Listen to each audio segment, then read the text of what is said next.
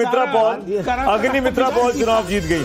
BJP की नेता आसनसोल दक्षिण से अग्निमित्रा पॉल करीब 40,839 वोट से अपनी सीट पे चुनाव जीत गई है। बड़ी जीत है, बीजेपी का बड़ा चेहरा। अब निजेश जी आप कुछ बोलना चाह रहे थे यूसुफ की बात पे। दो बातें, एक तो दुष्यंत जी के ये कहने पर कि वो प्रधानमंत्री पद पे मान जाते, तो उन्होंने कहा कि यूसुफ भाई ने कहा, बहुत अच्छी बात की, कि प्रधानमंत्री पद मिल ही कहां से रहा था जिसको कोई समझौता हो जाता। पहली बात। दूसरी बात, एक अरे मैं तो यूसुफ भाई की बात पे कह रहा हूँ भाई। यूसुफ भाई छोड़ो यार, आंकड़ों पे बात करो। दूसरी बात जो कह रहे हैं वो ठीक है। एक बात बहुमति नहीं है बीजेपी के पास संसद में। भाई ने ये कहा, अभी ताजा बिल गिरा है। यूसुफ भाई ने कहा कि उसके 2024 के लोकसभा चुनावों के बाद इंडिया अलायंस की कोई बैठक नहीं हुई।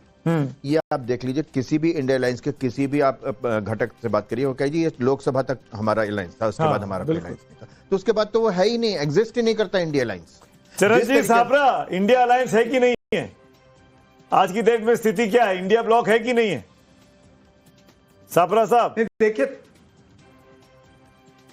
तमाम सारे मुद्दों में आप पार्लियामेंट में भी देख रहे हो किस तरह से अभी तो ये बिल गिरा, डिलिमिटेशन का बिल जो है वो गिरा है। तो वो इंडिया अलायंस मतलब पार्लियामेंट में है, राज्यों में नहीं है। अब आप क्या चाहते हैं कि जब फ्लोर कोऑर्डिनेशन है बेसिकली।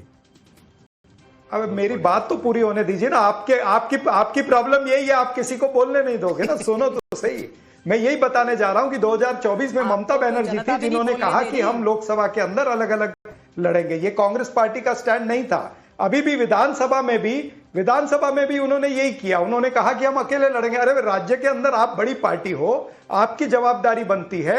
हम राज्य के अंदर उनसे छोटी पार्टी है, तो हमको साथ गई। बीजेपी की नेता आसनसोल दक्षिण से अग्निमित्रा पॉल करीब 40,839 वोट से अपनी सीट पे चुनाव जीत गई है। बड़ी जीत है, बीजेपी का बड़ा चेहरा। अब निजेश जी आप कुछ बोलना चाह रहे थे यूसुफ की बात पे। दो बातें, एक तो दुष्यंत जी के ये कहने पर कि वो प्रधानमंत्री पद पे मान जाते, तो उन्होंने कहा कि यूसुफ भाई ने कहा, बहुत अच्छी बात की, कि प्रधानमंत्री पद मिल ही कहां से रहा था जिसको कोई समझौता हो जाता। पहली बात। दूसरी बात, अरे मैं तो यूसुफ भाई की बात पे कह रहा हूँ भाई। यूसुफ भाई छोड़ो यार, आंकड़ों पे बात करो। दूसरी बात जो कह रहे हैं वो ठीक है। एक बात बहुमति नहीं है बीजेपी के पास संसद में। भाई ने ये कहा, अभी ताजा बिल गिरा है। यूसुफ भाई ने कहा कि उसके 2024 के लोकसभा चुनावों के बाद इंडिया अलायंस की कोई बैठक नहीं हुई।